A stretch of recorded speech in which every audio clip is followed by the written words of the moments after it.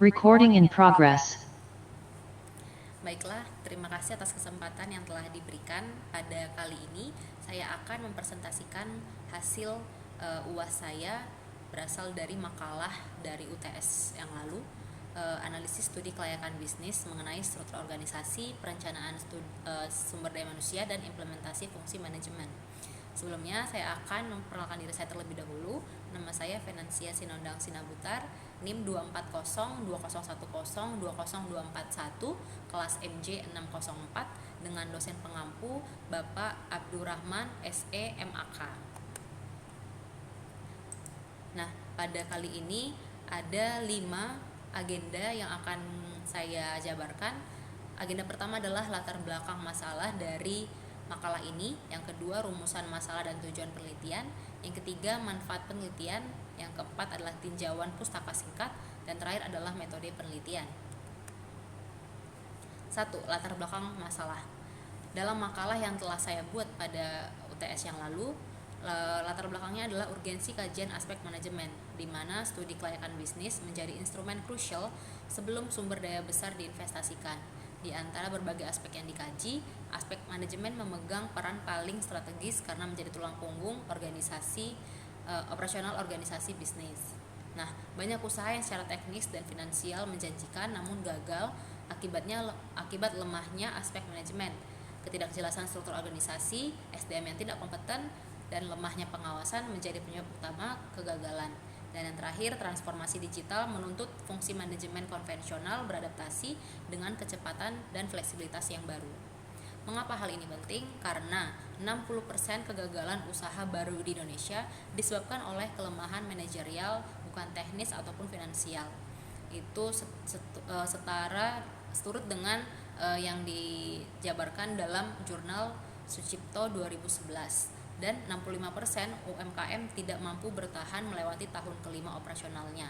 Ini berasal dari data BPS tahun 2023. Yang kedua adalah rumusan masalah dan tujuan penelitian.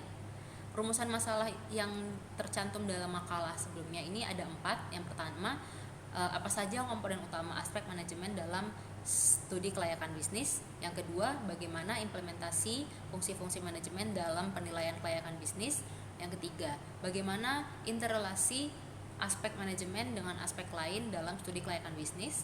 Yang keempat, bagaimana penerapan analisis aspek manajemen dalam studi kasus bisnis nyata.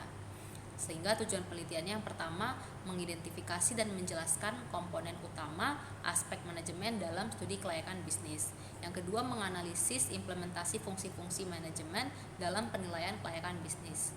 Yang ketiga, mendeskripsikan keterkaitan aspek manajemen dengan aspek lain dalam studi kelayakan bisnis. Dan yang keempat adalah menerapkan analisis aspek manajemen dalam konteks studi kasus bisnis. Yang ketiga, manfaat penelitian. Untuk makalah ini sendiri, dalam kontribusi kajiannya terdapat 2 manfaat. Yang pertama manfaat teoritis dan yang kedua adalah manfaat praktis. Manfaat teoritisnya adalah memperkaya khazanah ilmu pengetahuan di bidang studi kelayakan bisnis, khususnya terkait aspek manajemen, serta menjadi referensi bagi penelitian-penelitian yang berikutnya. Nah, untuk manfaat praktisnya itu bagi mahasiswa sendiri adalah menjadi panduan memahami aspek manajemen studi kelayakan bisnis.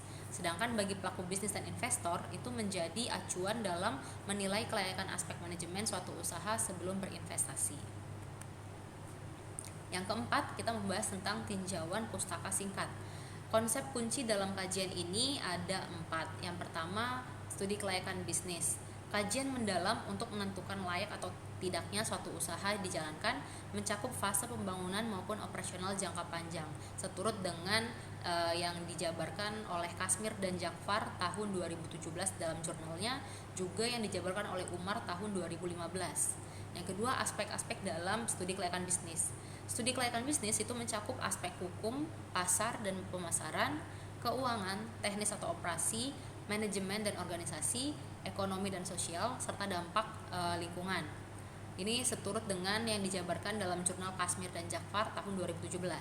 Selanjutnya, yang ketiga adalah konsep dan fungsi manajemen. Manajemen itu adalah proses pengkoordinasian aktivitas kerja secara efisien dan efektif melalui fungsi POAC, yaitu Planning, Organizing, Actuating, dan Controlling.